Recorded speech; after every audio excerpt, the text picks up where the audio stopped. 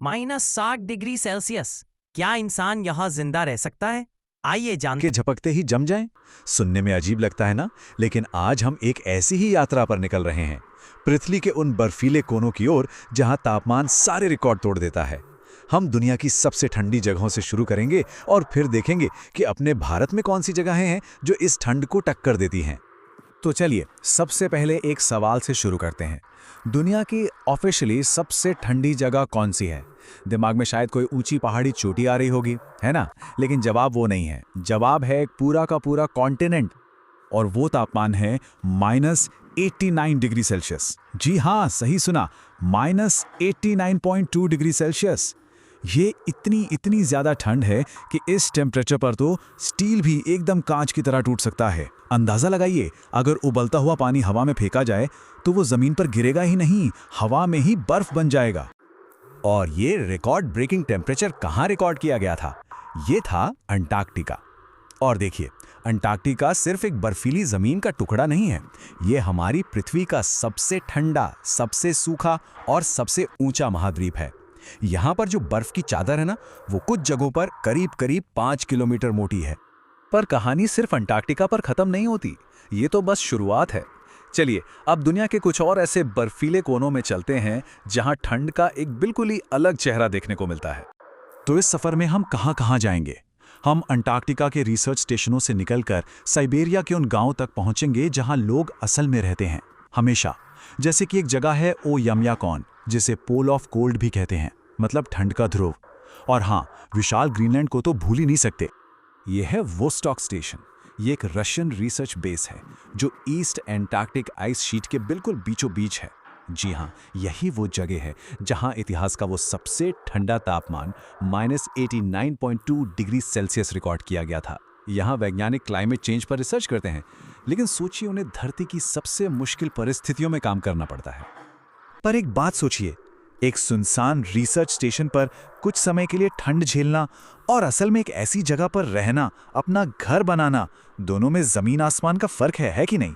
Vostok जैसी जगहें तो टेम्पररी हैं, लेकिन साइबेरिया में ओयम्याकॉन जैसे शहर हैं जहां पीढ़ियों से बस्तियां हैं और लोग उस ठंड के इतने आदी हो चुके हैं जिसकी हम कल्पना भी नहीं कर सकते। और बस यही बात रूस की ओयामेकॉन को इतना खास, इतना हैरान करने वाला बना देती है। ये दुनिया की सबसे ठंडी जगह है जहां इंसान परमानेंटली रहते हैं। ये कोई टेम्पररी कैंप नहीं है। अरे ये तो एक पूरा कस्बा है। यहाँ स्कूल है, पोस्ट ऑफिस है और करीब 500 लोग रहते भी हैं। ओयम्याकॉन में टेम्परेचर -67.7 डिग्री तक जा चुका है।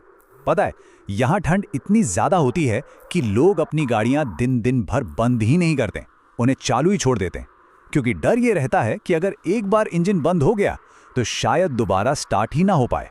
ये इंसानी जज्बे की एक जबरदस्त मिसाल है। और फिर है ग्रीनलैंड, दुनिया का सबसे बड़ा आइलैंड।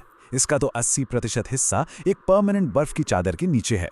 यहाँ ठंड कोई मौसम नहीं है, बल्कि ये तो जीने का एक तरीका है, एक ऐसी हकीकत जो साल के 12 महीने बनी रहती है। तो चलिए दुनिया घूमकर अब वापस अपने देश भारत आते हैं।